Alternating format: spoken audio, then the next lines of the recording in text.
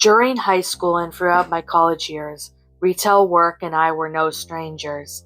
In fact, you might have been able to call us roommates, judging by how often the jobs came home with me. No, I didn't have to stock shelves in my living room, which was essentially the entirety of my apartment at the time, nor would you have caught me bagging items beside the sink, which was also in the living room somehow. Work accompanied me home, for the most part mentally. Sometimes there'd be physical evidence, sure, especially if the day's customer had shouted that split into my uniform. But for the most part, my homework was merely trying to forget about the work at home. Despite my best efforts, however, there is this one day of retail work from my youth I'll likely never forget for as long as I live. Sometimes, even if truth to be told, I'm glad I remembered it. Other times, however, I'm not so sure. It just left me with too many questions, some of which I know will never be answered. To those who ask, which isn't many, most of my jobs were what I like to call the odds and ends, because the majority were but means to end, namely money, and most were certainly odd. I'd recall rather fondly my summer days at the local putt-putt golf course, watching kids and their parents fail to get to the neon pink ball through an alligator's mouth. It also warm memories of lifeguarding at the local rec center's pool, where I was similarity nothing more than a passive observer, this time with a whistle around my neck that I seldom ever blew. These jobs less desirable, but never less well paying, were the seasonal retail ones, where most of my headaches came from.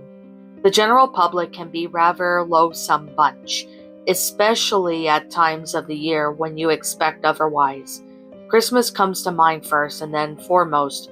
Nothing says peace on earth and goodwill toward men like two middle-aged women brawling over a plush Care Bear. The thing that ripped in two, if memory serves, and both women were detained by mall security. This was all before my lunch break. Why I ever agreed to work at the register of pop-up Halloween store, I believe it was called Monster Mart, at the same mall the following fall, is beyond me. Actually, it isn't. The answer is quite simple, really. If there was a steady paycheck involved, so was I. Even if that meant filling up the fog machine every morning and hearing the same deep below the ever so generic beware, turn back now, followed by a fit of evil laughter every time someone stepped up through the doorway. I must have heard it 6,000 times by the time November rolled around, and I used to joke that inhaling that damp-smelling fog for about a good month's strength would probably give me cancer. I didn't joke about that kind of thing anymore. A few days before Halloween, in fact, it might have been the day before then, though, I can't fully remember. I recall working at the front register as often as I did. It was a time what we called the final stretch, not only because we all needed a good one following a long day of standing on our feet, but also those last few days before Halloween were some of the busiest. Everyone waits till the last minute to pick out their costume and then loves to complain that we didn't have it in their size or carry the right accessories, despite my manager's insistence not to. For those kinds of people, I happily directed them to the nearest department store out of my breath, out of sight and out of my mind, at least until I got back home, where all the day's interactions would come flooding back to me. As such, at the time, the woman with the little girl wrapped around her leg insisted that the ring I was wearing must have sold in store. "Madame, this is my personal ring," I explained to her as I lifted to show my hand to showcase it. "I got it somewhere else." "Well, you shouldn't be flashing around if you can't even buy it here," I remember her exclaiming. Her hands were just about over my head, and the little girl between her legs looked to be on the brink of tears. "It's teasing the kids, especially in the costume store." I was about to reply something like, "Well, this isn't a jewelry store now, isn't it?" but the reddened face of a young girl peering up at me choked out my voice from speaking. The line behind the woman and presumed her daughter nearly reached out to the front door to spread with spiderwebs, and the aforementioned beware turned back now. Shouting strobe light, and I could tell some of her customers were getting impatient. I sighed and extended my hand down, which had cupped something from a finger on the other. Here, I said to the little girl, opening my hand to reveal the ring on my palm. Can I have it? The girl asked. All these years later, I could still hear her sweet little voice. I nodded. I said. What are you going to be for Halloween? She looked up at the woman and then back at me. A princess. I smiled, and then the woman, still clearly visibly heated, twitched a slight grin on her face. Well, Halloween must have come early, I said, because you're already a princess. The girl smiled and took the ring, sliding it into her own finger. As I suspected, it was far too big, but she didn't seem to mind. All the while, I had successfully done the impossible in a retail job. I shut the whining customer up. All the woman could do that. In fact, it was a nod and half-baked thank you, and walked off. A few seconds later, as the next customer approached the counter, I heard a strobe light, which might have been on the motion sensor, bid them a merry beware turn back now as they left. That was rather nice of you, the man said before me, dropping these 3 masks onto the countertop. I shrugged and began scanning, starting with the which one. The customer's always right? I chuckled. The man did so too. He then started to say something, but I was no longer paying attention. Despite my hands going through the motions and moving towards the jack-o'-lantern, at the opposite of the end of the store, past the rows and rows of orange and purple lights, and the hanging spiders, and the floating ghouls, stood a woman. She had been staring directly at me until I lifted my head to notice. Then, as if trying to avert my gaze, she blinked and then started to glancing about, everywhere but in my direction. My initial sight of her chilled me, more than it should have. At first glance, her face blended with the dozens of masks along the black back walls I had stalked just a day prior, like the Dracula or the Mummy or the zombies. Her face was a palish white with somewhat sunken cheeks. Her eyes were dark but full of that alluring mystery that compelled me to keep watch, despite the fact that she was just some lady, nothing more than another customer. While I was in it, that moment of locking my eyes with her felt eternal. In reality, it was probably just a couple of seconds. Yeah, I said, responding to the man's question that I didn't hear. Luckily, that was the right answer before them because the man nodded, thanked me, and took the bag from my hand. I didn't even notice I had been holding it. I also didn't realize that I had slipped his receipt inside. Then again, but when you do that kind of work for as long as I had it, it eventually becomes a muscle memory. The exchanges have blurred together, just as the customers' faces did, and I can no more distinctively recall their voices, aside from that of the little girl, than I could the lyrics to the Monster Mash, despite having listened to it 12 times a day for over a month. I say all this was with one exception, the staring woman. Her face and her voice will never escape me. As the line continued to move, I noticed over the shoulders of the next 5 or so customers that the woman had remained in her placement at the back of the store. At the back of the line, she had something in her hand, maybe something she was trying to buy, but kept letting each of it approaching customers cut in front of her in line. This continued for about a half an hour until the store was near closing and the crowds have all gone home. Everyone but the woman. Finally, she had taken her place in line as the last of the customers swiped their cards or unwrinkled their cash. I watched as she slowly approached my counter. I could also now see that she had been carrying a blonde wig. She had been waiting for some 45 minutes for a cheap blonde wig. Find everything all right? I finally asked her as she placed the wig gently atop the counter.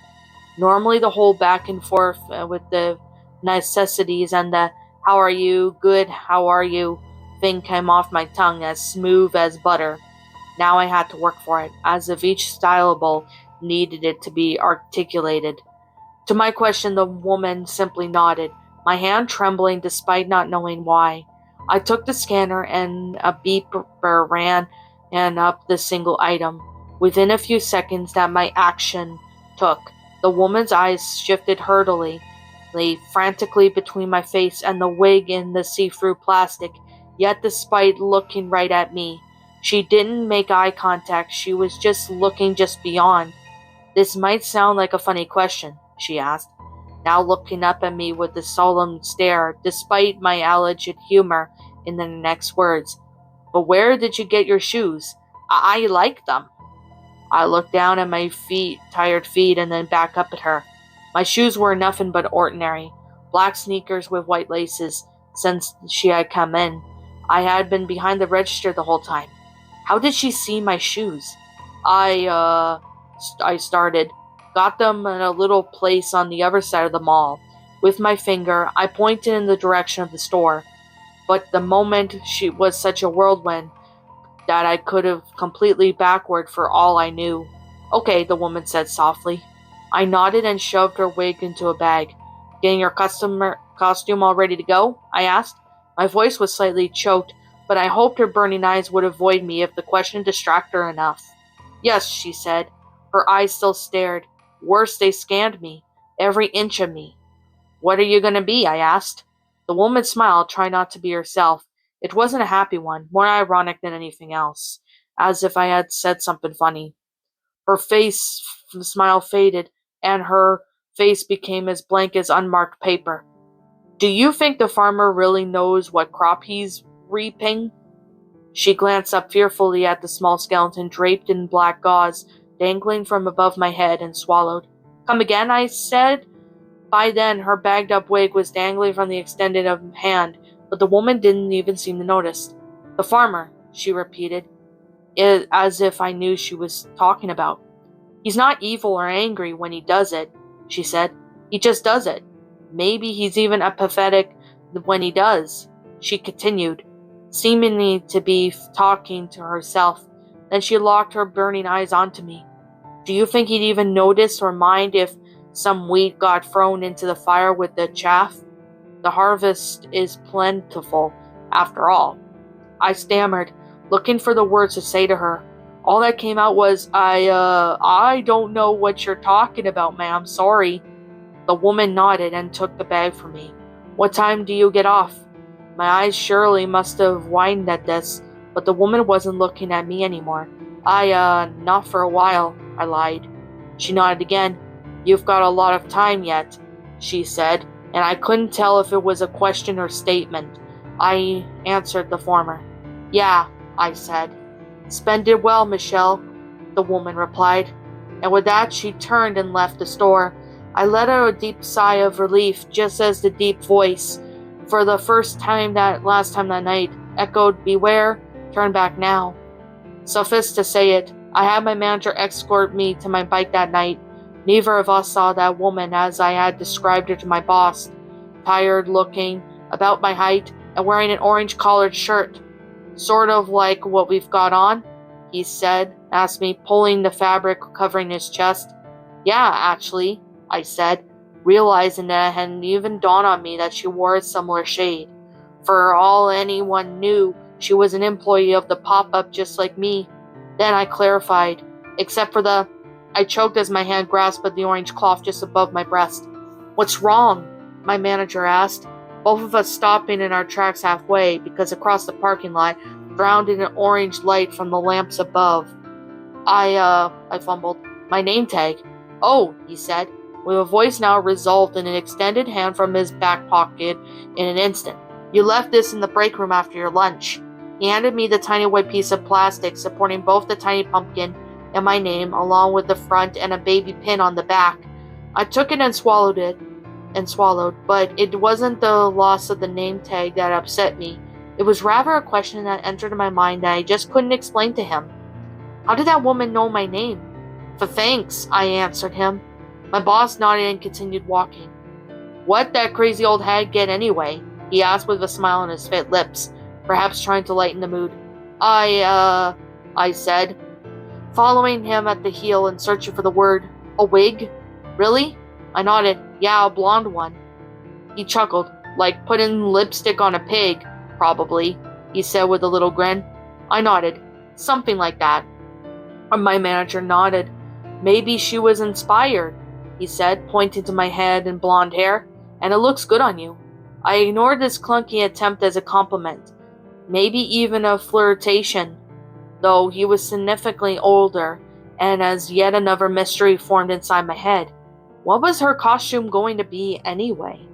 Despite the thoughts racing through my mind like a steam engine, I thanked my boss and hopped into my bike.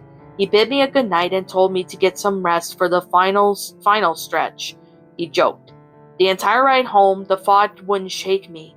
Maybe the woman had overheard one of my co-workers use my name and thought it'd be polite to use it herself. Then again, however, I was the only one at the register that night. Even stranger was the wig was in the orange shirt and the question about my shoes. Was this a mystery woman stalking me? Had she followed me to work? Would she even follow me home? There was no one over my shoulder, so as much as I could see, and with that question cleared, I stomped down onto the pedal under my right foot and lifted my butt from the seat as the wind raked through my blonde hair. Every few seconds or so, I glanced over my shoulder to make sure no one was trailing me. They weren't. She wasn't. The next day, which was Halloween itself, if memory serves, my boss didn't even acknowledge the events of the night prior. The store was packed, of course, and I don't fully blame him. Two got caught up in it all, and frankly, it was a good thing. The endless flow of customers distracted me from intruding the thoughts of the staring-eyed woman, who glanced around the store every few minutes or so to make sure her wasn't there. She wasn't, and by the end of the day, I had forgotten all about her. Until that night it is. Michelle? Yeah? I remember asking if I flicked my sneakers off one by one and plopped onto the couch with both a sigh and a whimper.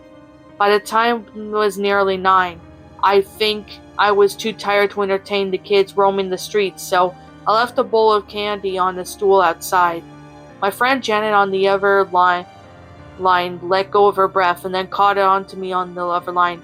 Oh, thank God, she said, relieved. I thought I saw you on my drive home. Saw me where? I asked. Where? The exhale of my breath filled my ears, seemingly warming it. In an accident. God, it was horrible, she said with a voice still shaky. I'm just glad it wasn't you. No, I'm fine, I said, grasping the phone tighter. Some sweat accumulated on my palm as I muttered the next dreadful question. Why? Did it look like I was hurt? Mm-hmm, Janet said. The lady was wearing the same work shirt and everything. I couldn't breathe, nor could I move. Blonde hair? Yeah, Janet said. Just like yours. I pulled over as soon as I saw it. I know you take that way too from the mall, and it looked like the woman was just crossing the street and got hit or something. Is she, I began to say, dead? I don't know how she could be alive, Janet replied. There was a lot of blood. Oh God, I'm just so glad it wasn't you, Shell. Me too, I said, and thanked her for checking on me. I asked her where the accident had taken place, which wasn't far from my apartment. After I hung up, I got into my bike and fled there. Of course, by the time I arrived, the victim had already been taken off to the hospital. However, the blood was still on the road. There was a streak from the crosswalk that mangled bike like some 100 yards down the road, blocked off by a red and blue flashing police cruiser and the yellow caution tape. The sight made my stomach heavy like I had swallowed a dumbbell. I had just taken that road, that crosswalk, but a half an hour ago. It was quiet and tranquil, then got to the point where you can hear costumed kids giggling. Now, it was a crime scene, gory and chaotic. The bike certainly looked like mine too. It was red with silver spokes and black seat. Every now and again, the black wheel, stuck high in the air, would spin on the account of chilly breeze that filled the darkened streets. The sight was a grisly reminder that all the work I was doing, all the long hours, was worth it. I was saving up for a car. After all, despite my father, who had always been a real blooded enthusiast about hot rods and subscription holder to Popular Mechanics, and his insistence that he just outright buy me one. Poor as I was in equal measure stubborn. I needed to do something on my own. A few days later, I got my hands on a copy of the local paper and flipped it to the obituary section of the Morbid Curiosity. Sure enough, the woman named Carrie Morgan was struck and killed that night was the same staring-eyed one I had met in the costume store. I figured as much, and though I never saw her, I knew she had been wearing an orange-collared shirt and the blonde wig I just sold her. Janet told me as much. She probably had been wearing the same shoes if she followed my vague directions. Hell, maybe even my underwear too.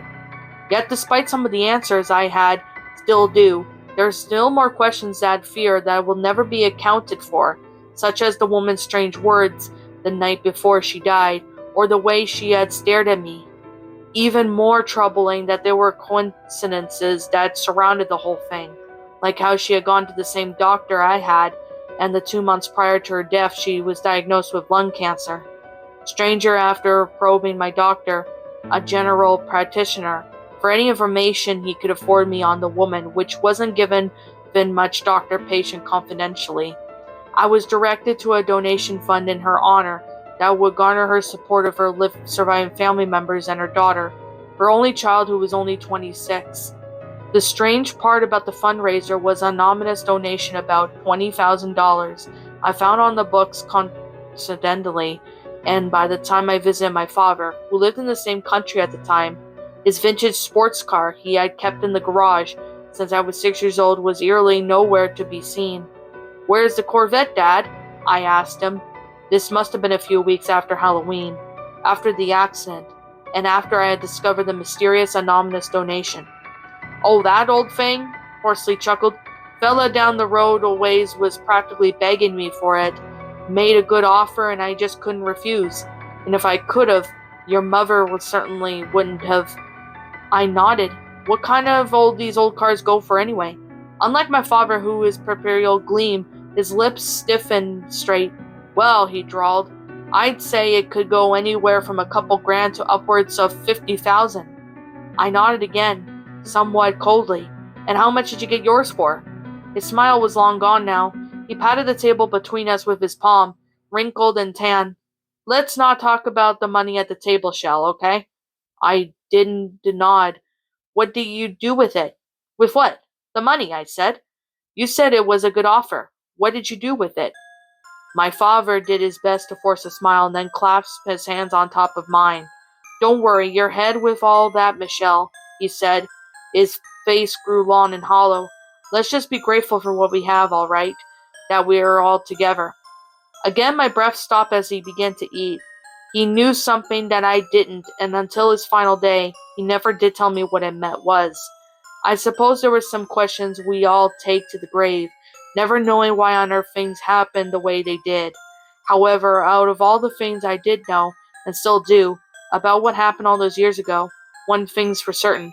That Halloween, Carrie Morgan's costume had been of me. What's up, my pretties? It's the Lion Queen here. I want to appreciate you all for tuning into this video, and I do appreciate you guys supporting my video by giving this video likes and stuff. If you really enjoyed this video, be sure to leave a like, comment and subscribe if you're new, ring the bell for notifications to when I upload so that way you guys will get updated for whenever I upload. If you want to follow me on Twitter or DeviantArt, feel free to leave a follow on those if you are interested in following me on those socials. If you want to support my backup channel, known as Miss Dark Shigo, feel free to subscribe to it, as a link to that will also be in the About page section. And with that being said, and that being the case, thank you so much for watching, my pretties, and as always, stay pretty.